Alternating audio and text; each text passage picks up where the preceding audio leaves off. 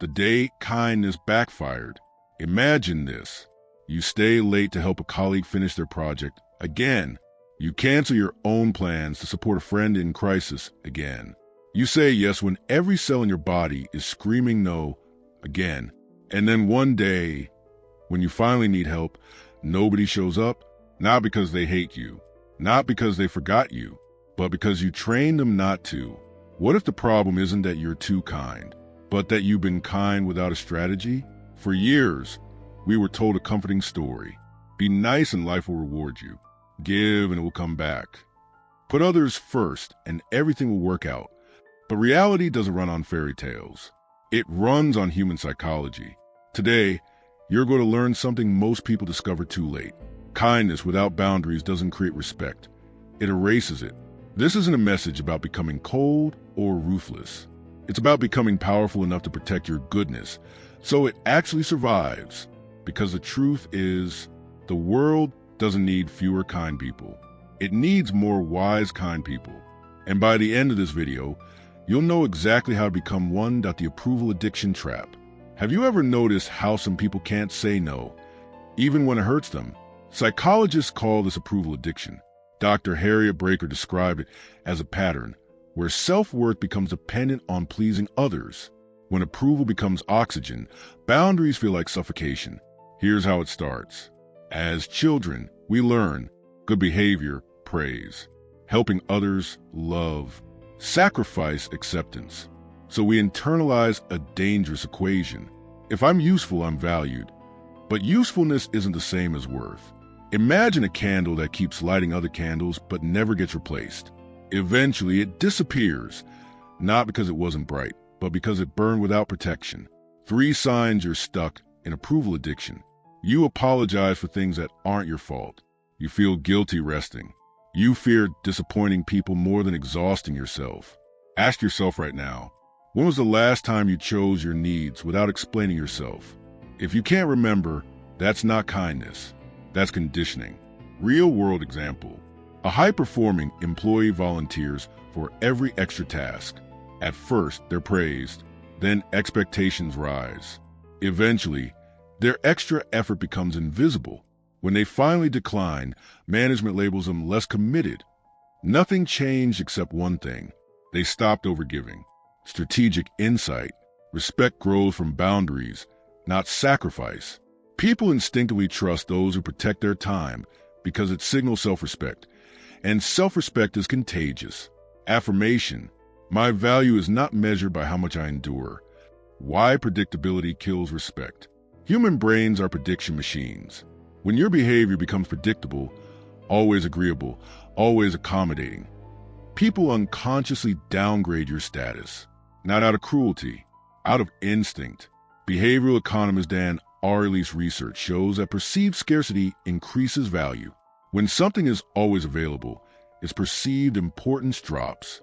This applies to time, attention, emotional labor, help. Imagine 2 mentors. One is available anytime.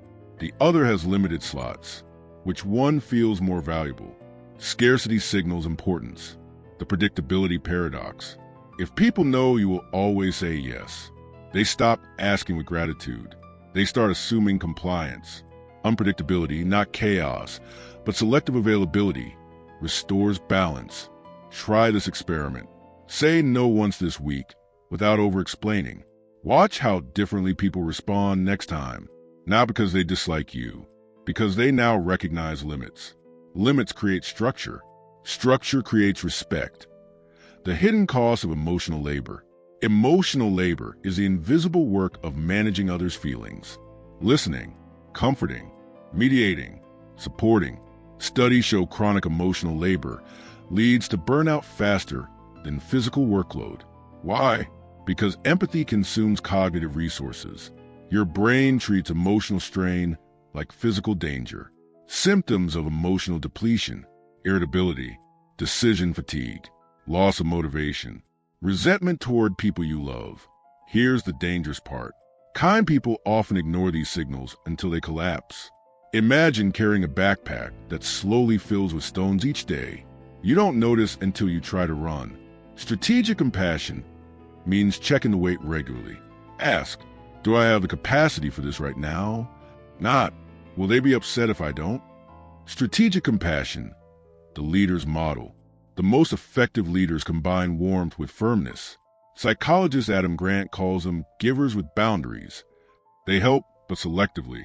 They care, but sustainably. They support without self-erasure. Think of a skilled surgeon. Compassion motivates the surgery. Precision determines success. Uncontrolled compassion would be disastrous. The 3-circle framework. Divide your energy into 3 zones. Inner circle, non-negotiables. Health, goals, family, purpose. Trusted circle, reciprocal relationships. Outer circle, requests, acquaintances, obligations. Most people reverse this, giving most of the outer circle and least of themselves. Strategic kindness starts by correcting the order, the courage to disappoint. One of the most liberating truths. Disappointing people is inevitable. Try to avoid it only guarantees you'll disappoint yourself instead. Courage isn't aggression. It's tolerance for disapproval. Ask yourself, whose expectations am I living inside? A powerful exercise. Write down 5 people you try hardest to please. Now ask, if I stop performing for them, what would actually happen? Usually the answer isn't catastrophe. It's discomfort. And discomfort is survivable. When kindness becomes self-betrayal, self-betrayal happens when you violate your own needs to maintain harmony.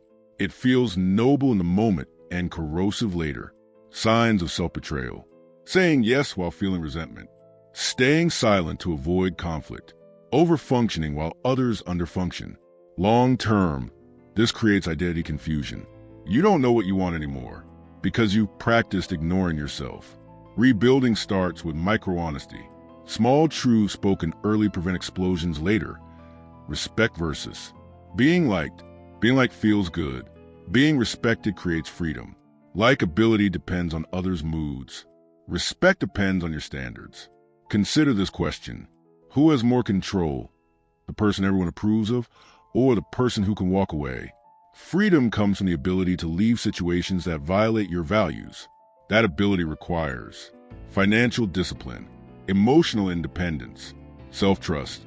Strategic kindness is impossible without personal stability. The power of selective generosity. Instead of giving often, give meaningfully. One thoughtful act delivered at the right time outweighs 100 automatic favors. Selective generosity prevents entitlement, preserves energy, increases impact. Think of rainfall versus flooding. Rain nourishes, flooding destroys. Powerful conclusion. Your kindness was never a problem. Your unprotected kindness was. The world doesn't need you to harden your heart. It needs you to sharpen your wisdom. Because kindness guided by clarity becomes influence.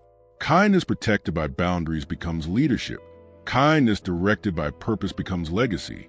So the real question isn't, should I stop being kind? It's, am I strong enough to protect my kindness so it can change something? Decide today. You will no longer disappear to keep the peace. You will no longer exhaust yourself for approval. You will no longer confuse self-sacrifice with virtue. You will become something rarer, a person who is compassionate and unbreakable.